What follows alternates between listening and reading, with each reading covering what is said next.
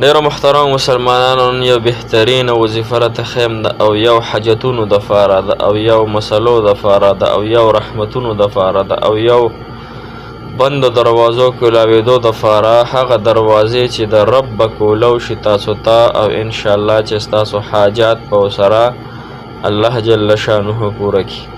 نو داسې کم یم انسان دی هغه چې هغه دا نه غواړي چې زما دپاره دي او یا دروازې د حاجات او د رحمت کولو شي.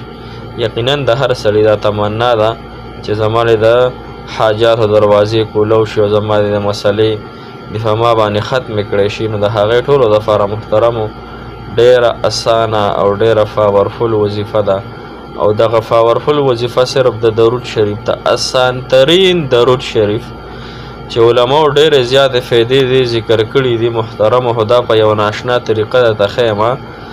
ناشنا طریقه دا ده محترمو چې یو حاجات به مو سره الله جل شانه پوره کړي. نو راځئ دا وظیفه را سره پوره واورئ د زړه په سترګو باندې، او انشاءالله دا وظیفه شروع کړئ.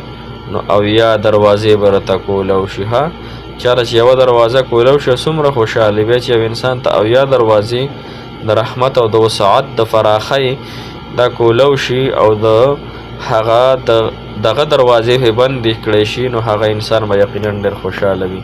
نو راځئ محترم مسلمانانو دغه وظیفه راته ښایم. السلام علیکم ورحمت الله وبرکاتو.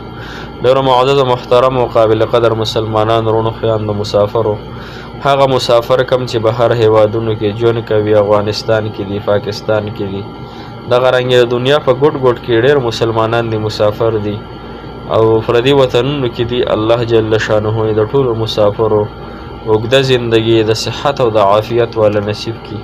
الله جل شانه د ټولو مسافرو له ډېره خوشحالۍ د دنیا و آخرت ورکړي. یقینا مسافر ډېره ګرانه ده.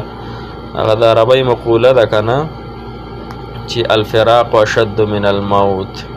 نو محترمو دا مسافري ډېره ګرانه ده. زموږ مسافر چې کوم بهر وطنونو کې ژوند کوي دا ډېر زیات په مشکلاتو سره ژوند تېري، او بیا چې چا ښځه او بچي وي یقینا نو د هغوی نه بیا تفوس کول غواړي چې زندګي څنګه ګرانه ده.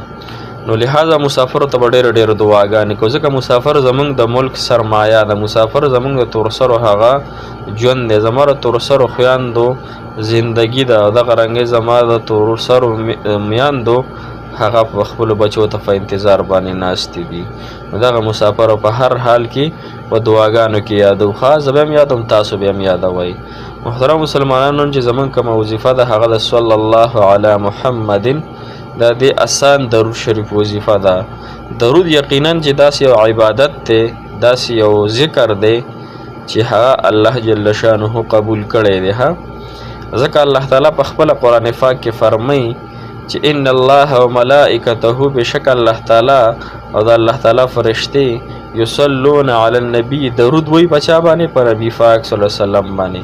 یا ایها الذین آمنوا، ای د ایمان خاوندانو تاسو هم صلو علیه وسلم، تاسو هم په نبی پاک صلی الله علیه وسلم باندې درود شریف وایي. نو درود شریف ګوره په ټولو عبارتونو کې داسې دي چې الله تعالی په خپله درود وایي، د الله تعالی فرشتې په خپله درود وایي.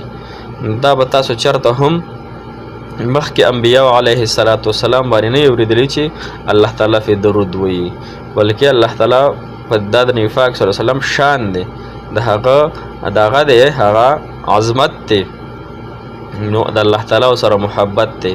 نو کوم انسان چې په رسول الله مبارک باندې درود وایي نو یقینا چې الله تعالی به د انسان سره محبت کوي، په در به رحمتونه نازلیږي، د به الله تعالی ګناهونه معاف کوي، د باندې به الله تعالی نیکۍ به ول عملنامه کې لیکي.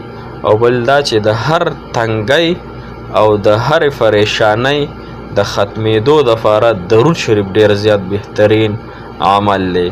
کوم انسان چې دا درود شریف وی محترم مسلمانانو د انسان به ټول حاجات پوره کیږي، او د ټول نه غټ حاجات دا دی څوک وایي چې زموږ رسول الله مبارک نه دی خوښه، یعنی خوښ هم دی. د هر انسان رسول الله صلی الله علیه وسلم مبارک خوښ دی، د هغه سره مینه ده، د غواړي چې عمرې له هم لاړ شي، رسول الله مبارک زیارت په خوب کې هم وکړي.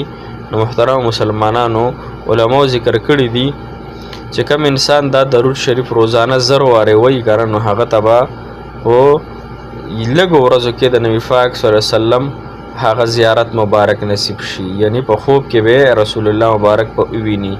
نو دا ډیره بهترینه خبره ده. ښه د هر چا په اړه باندې یو ارمان وي. زما هم ډیر ارمان دی چې زه رسول الله مبارک وینم. الحمدلله یو وار مې لیدلی دی په هغه د طالبۍ په دوران کې چې کله زه طالب وم نو جناب محمد رسول الله صلی الله علیه وسلم ما په خوب کې لیدلی او نبي پاک سلام فرمایي چې زه په خوب کې ولیدلم حدیث دی نو هغه داسې دی چې زه په حقیقت کې ولیدم. ها ځکه چې شیطان د حضور پاک صلی الله علیه وسلم په شکل مبارک کې نشي راتلی. محترمو تاسو دا درود شریف روزانه زر پیرې وایي، دا پابندۍ سره وایي، فریدی بیا نه. صلی الله علی محمد صلی الله علی محمد صلی الله علی محمد صلی الله علی محمد. دې کې هیڅ ګران نشته، آسان ترین درود شریف دی. ها زر پیرې چې کم انسان دا وایي انشاءالله تاسو شروع کوئ او بل غټه فایده ورته دا کیږي چې د مرګ نه مخکې وي چې په جنت کې ستاسو کم مقام دی هغه به الله تعالی ښیي. دا وړه فایده ده. او بل ستاسو هره تنګۍ او هره پریشانۍ کې به انشاءالله که ستاسو نکاح نه کېږي نکاح ومو شي، که قرضونه هم کلا شي، که بیماران یا صحت ورته میلاو شي، که نوره څه پریشانۍ وي، کورنۍ وي، اخروي وي یا دیني وي، هر رنګه چې پریشانۍ وي انشاءالله الله تعالی به هغه ضرور ختموي. انشاءالله دا وظیفه سره خامخا وکئ او یقین سره اخلاص سره شروع کوي. الله تعالی مو خوشاله او آباد لاره. الله تعالی